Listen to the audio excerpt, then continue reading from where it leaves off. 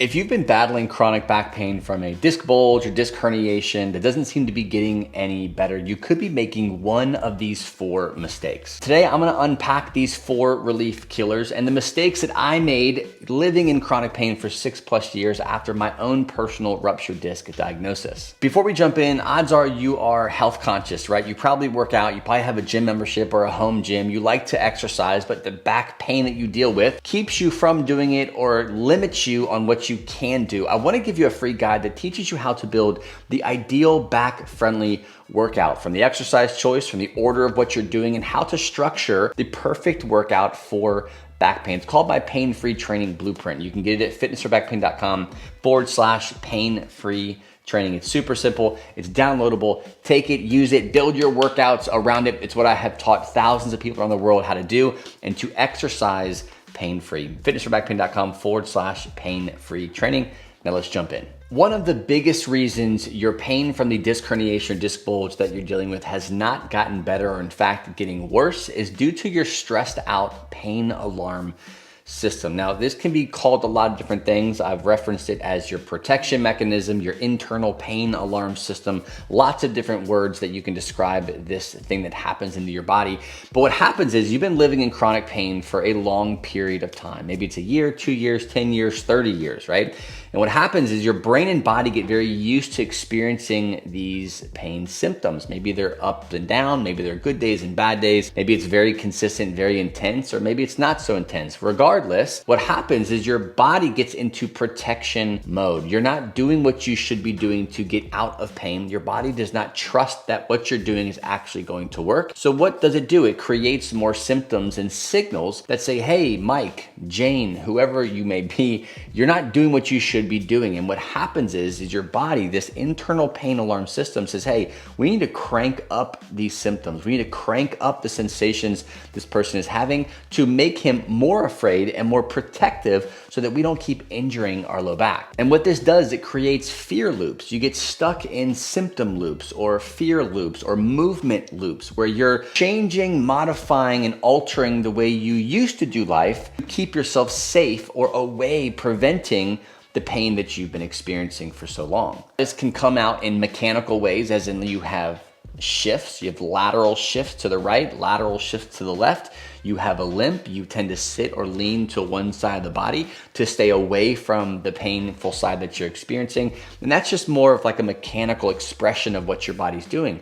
But then you have preventative type of things, right? You have survival strategies. You may not cook as long anymore. You might order out more because you know that cooking causes more pain. You might have hired someone to clean your house for you because you know vacuuming, sweeping, and then fluffing the pillows and picking up after your kids creates a massive flare-up and tension in your low back. Because of that, we stop doing these things. We alter the way we bend. We move very robotic. We eliminate the movements, bending, twisting, extending, that keep us in this loop of pain. And what we think is keeping us in pain, when in actuality, what we're doing is just feeding this ugly monster that keeps us tight, keeps us in this stuck preventative mindset, and keeps you stuck on this loop of pain.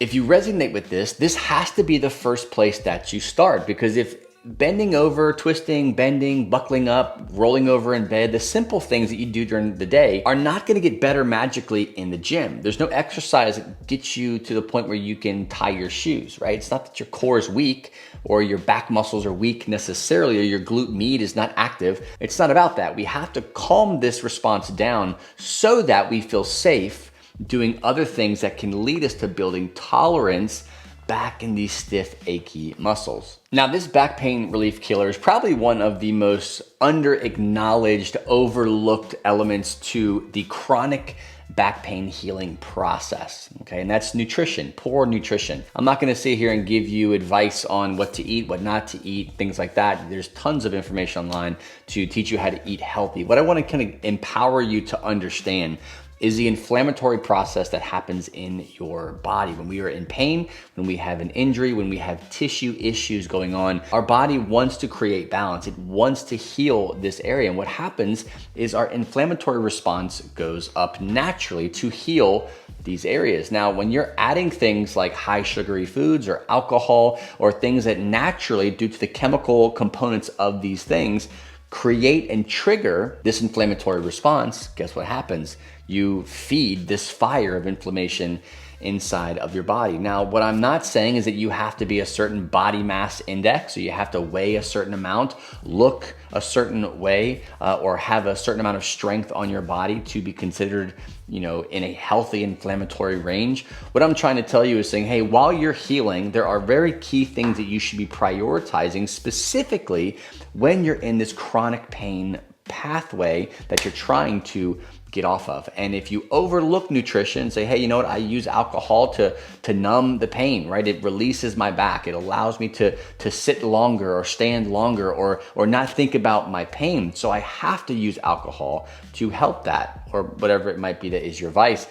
That creates more inflammation from a physiological or molecular or whatever you want to kind of look at, whatever helps you make that connection. It goes into your body and creates more of an inflammatory response. So while you're healing, while you are really trying to focus in on your strategy, look at what you're eating. Do a little bit of research. Find out what are the things that increase inflammation that maybe are not as common as we talk about, like sugary drinks or alcohol. There's other things that can really trigger your inflammatory response that you don't even really think about. So look at nutrition and give it some weight, give it some value. It could be one of the things that's holding you back from seeing progress in your strategy. I want to pause for a second because I love giving away actionable things that you can do. Some of these things are kind of theory you're going to apply, but if you have L4, L5, or L5S1 or any kind of lower back disc issue, herniation, bulge, and you're trying to find a ways to use movement and exercise to help heal, lower the inflammation in your low back, and start seeing actually lasting relief. I've got a very simple routine that you can do on a daily basis. You can go to fitnessforbackpain.com/routine. I give you the reps, the sets, the exercises that are geared towards reducing your sciatica, reducing low back tension and tightness, that spasm, borderline catching pain that you might be experiencing. This routine, if done correctly and to your specific tolerance, can be a game changer. Just go to fitnessforbackpain.com/routine.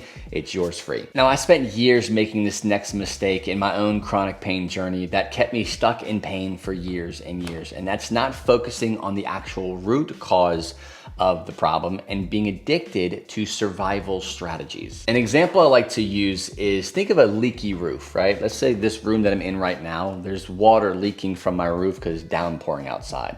And because that water has infiltrated my office, now I have water running down my drywall, my paint's all bubbling, my drywall's falling apart, insulation on the inside is all ruined, maybe some of the structural components like the studs and stuff are becoming messed up and waterlogged because of this leak.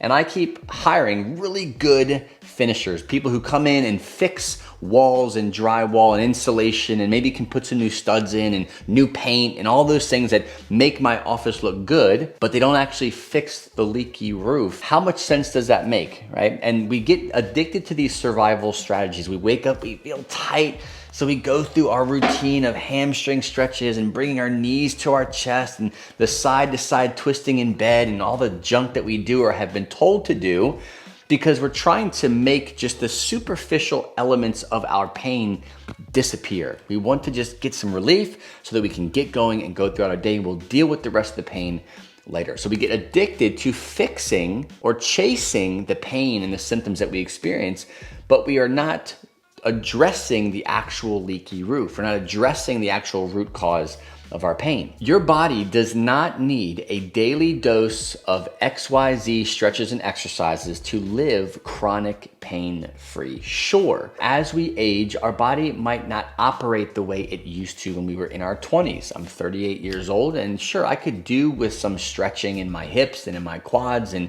hamstrings and glutes from time to time, but I'm not doing them because I have back pain. I'm doing them because I generally just experience less mobility due to being less active as I get older. But what happens is we learn about a stretch, we learn about an exercise, a core exercise, or a routine strung together that kind of takes away or numbs some of this pain due to natural causes of the feel-good hormones being released after things like a massage or a stretching session or a simple core workout. All of these things feel good momentarily, but we get addicted to those. So we keep doing those daily, thinking that it's actually taking away our pain, but all we're doing is managing our pain.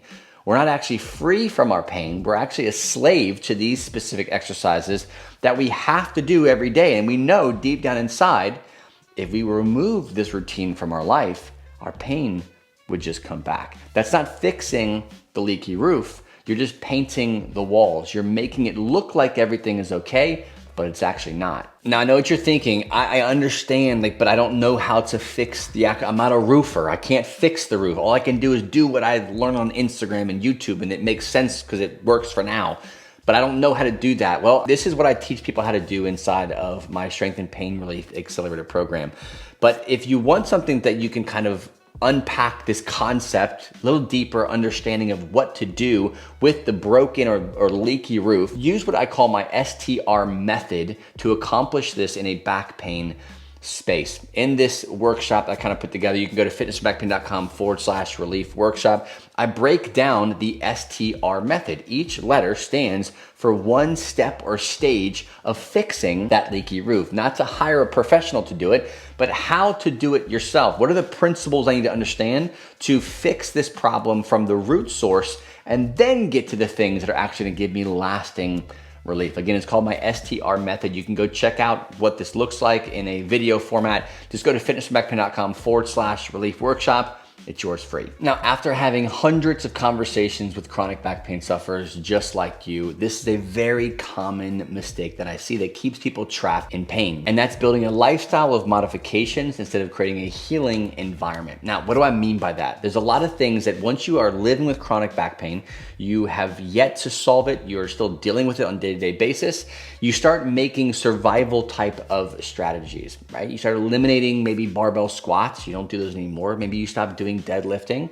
Maybe you stop gardening. Maybe you stop cutting your own grass. Maybe you stop doing all the cleaning in your house because it's too much for your back. Maybe you only sit in certain types of couches. Maybe you have to angle your chair a very specific way and have a certain type of chair where you work from or where you sit in, because if anything outside of that happens to your body, your low back will hurt. Maybe it's movement driven. Maybe you don't bend or twist with a flexed spine anymore. You don't extend. You keep yourself in this safe, neutral pattern. And what's happened is you've built habits around modifications instead of prioritizing a healing element so that you can actually get back to these things pain-free. The key with getting back to activities that cause pain is not to eliminate them or just modify them forever. You have to understand the process of building tolerance and then building resilience back into your body and low back with these specific activities. Now, you might have a laundry list of things that you can no longer do or have a hard time doing due to your pain. So you have to focus on one thing at a time. There isn't one exercise that allows you to bend and grab groceries off the floor, or dirty clothes, or fold clothes, or wrap presents while sitting on the floor. There isn't an exercise that allows you to do that. There's a bigger principle that has to be applied. But instead of just removing those things from your life and building a lifestyle around that, get to the point where you can start focusing on this root cause, so that what you can learn to do is implement steps to get back to adding these scary things, adding these painful things that once were painful back into your life without pain.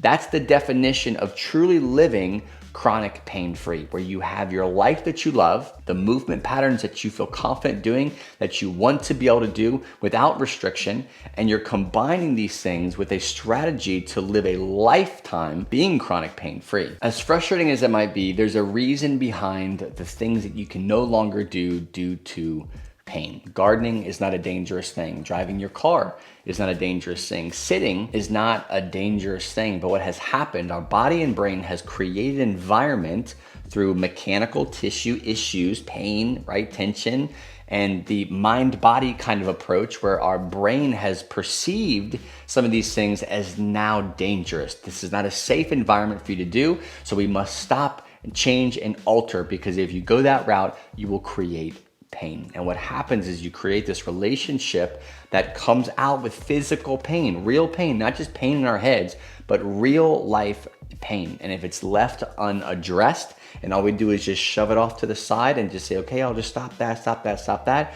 We will work ourselves to a place where we are absolutely hopeless. We are paranoid to move, exercise, and do the things that we love to do, all because of the fear of creating more pain in our bodies. Now, this is a very unique process, right? I map this out step by step with individuals based off of their unique pain profile. If you and I have not chatted yet and you're like, dude, I feel stuck. I know what you're saying. It's what I need, and I'm ready to take action. I'm going to take this relief strategy serious. Let's have a conversation and see if what I do inside of my Strength and Pain Relief Accelerator program can actually help you. It's a very simple conversation, just going into detail, building out your pain profile. You can go to fitnessfrombackpain.com/apply. That'll give me some information about you and grabbing a time for us to chat, and we can have that simple conversation to see if what I do can actually help. fitnessfrombackpain.com/apply. God bless. Thanks for watching, and I'll see you on the next episode.